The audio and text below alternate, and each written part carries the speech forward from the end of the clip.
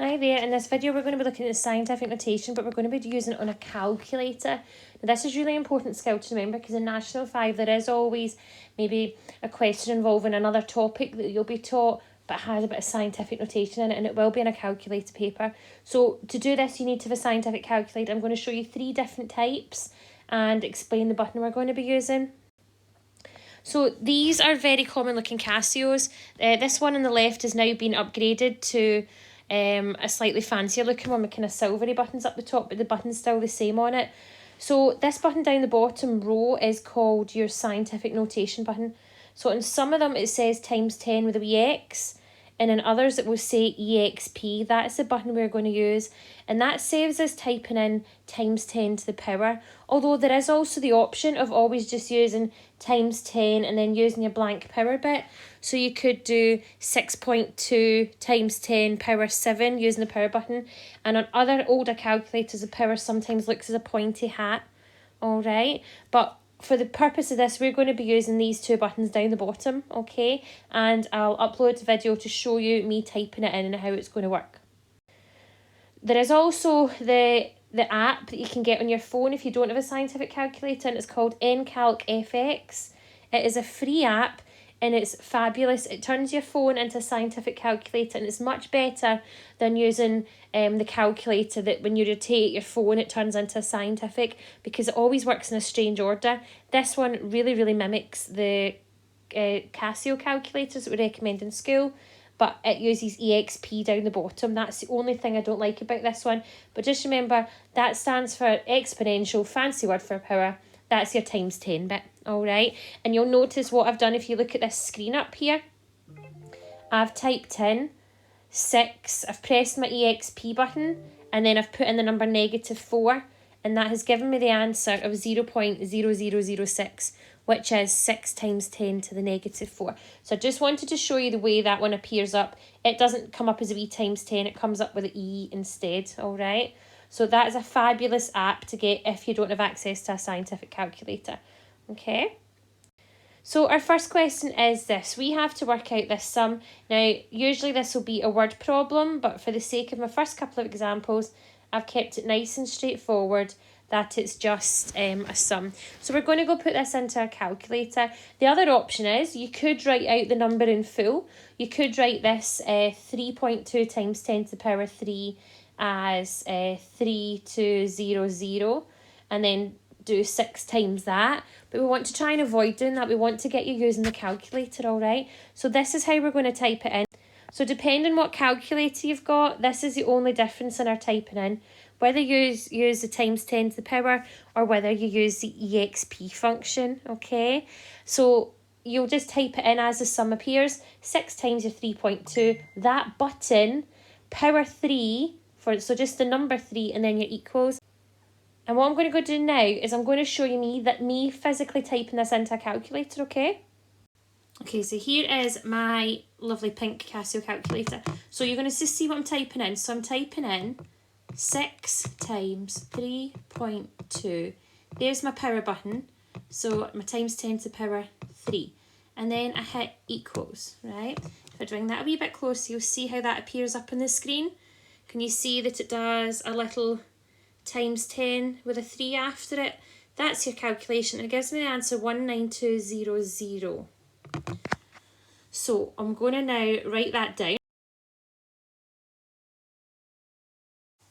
So that equals 19200. Now for all my questions today, I'm going to put them in scientific notation at the end. So that is 1 point, when my decimal point was after the first digit. So it's 1.92 times 10. And the power is how many places I'm moving the dot from its place hidden at the end into there. And you'll see that that's moved 4 places.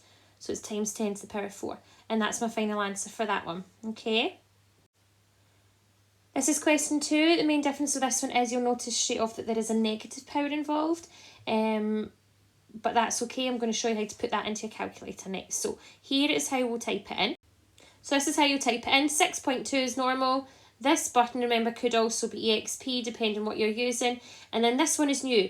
This is your negative button. So that's how we're going to put in the negative power 4. Now this is located on the top half of the calculator now, the bit with all the funny buttons. and it's on the very left-hand column, okay? So that'll put in your negative and your 4 divided by 8. And again, I'll just show you that on the calculator. In fact, I'm going to show you on the app this time. Okay, so this is the app open up on my iPhone. So just to show you, all the buttons are in the exact same place. Here is the negative button, the power button up there I told you about, the negative in the brackets. And here is EXP instead of the times 10. So I'm just going to type this in. So we're doing 6.2. That button there, notice it brings up a little E up here instead of a times 10. So it's 6.2. Then I do my negative button, so negative 4. And then I'm going to do divide by 8. I don't even need to press equals on this phone, right, on this app. So there's how it appears up the top. So it does 6.2, they do an E instead of a times 10. But there's your negative 4 divided by 8, and there is my answer. So that is 0.40775, which I'm going to go write down now. So that was 0.123477.5. Remember what I said, I want to put all my answers into scientific notation. So decimal point goes after the first 7, so 7.75 times 10. Now because it's a tiny power, it's got a tiny number, sorry, it's got a negative power. And it's the power is how many places I'm moving the dot now. So I'm moving it from here all the way into after the first 7. So you'll see I'm moving it 4 zeros and then a 7. So I'm moving it 5 places. Now the trick I taught you with this one, can you remember what that was? How many zeros are right at the start of the whole number? There are 5 zeros, so the power is negative 5, right? So that was a wee kind of known mathematical trick for those ones. So that's how to type it in on calculators. Let's have a look at example 3. Okay, so this sum here, don't be put off that there's 2 bits, it's just more typing in on your calculator. Again, we could write these numbers out in full. That would be 7,500,000 divided by 0.003 if you wanted to do it that way. But that's really time consuming. The task here is to try and get used to using your calculator. So let me open my video and I'll show you on a third style of calculator. So this here is your more modern Casio.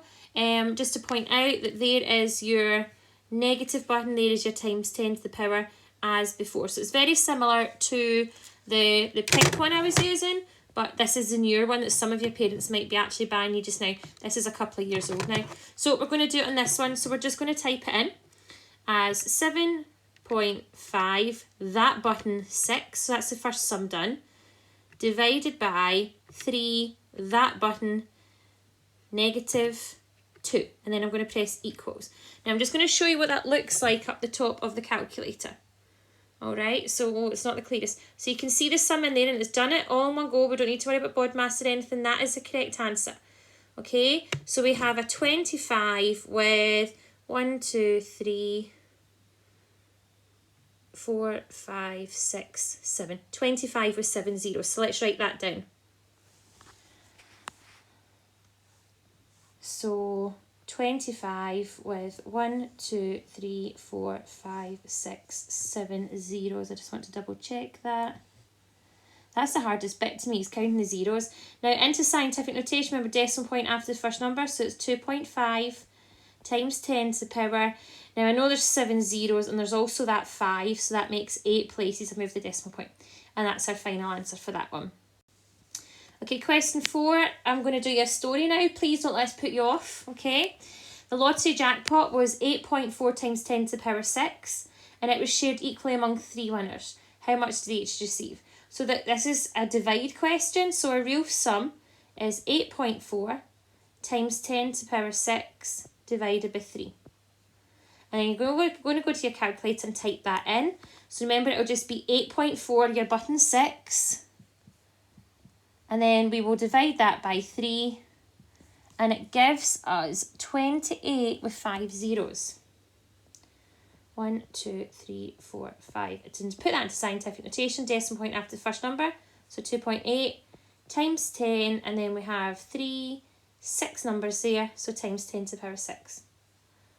Okay, now this is in terms of money, so theoretically in that question it would be quite nice to just say they're going to get 2.8 million. If you wanted, that would still be acceptable for that one. All right. And one more, question 5. This is getting more into the style of Nat 5, right? There's reading involved and that's instantly a put off. So we're told the Hubble telescope can detect this number of galaxies. Each galaxy has this amount of visible stars. How many, oh there's a typo. It should say how many stars can the telescope detect. So we've got our number of galaxies and our number of stars.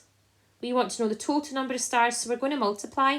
So our sum is 3.8 times 10 to the power 11 times 4.7 times 10 to the 13, right? Now, I'm going to show what happens when I put this into my calculator.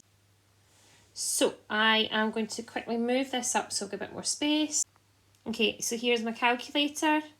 So we're just going to type this in again. I'm going back to the pink one because I prefer that one.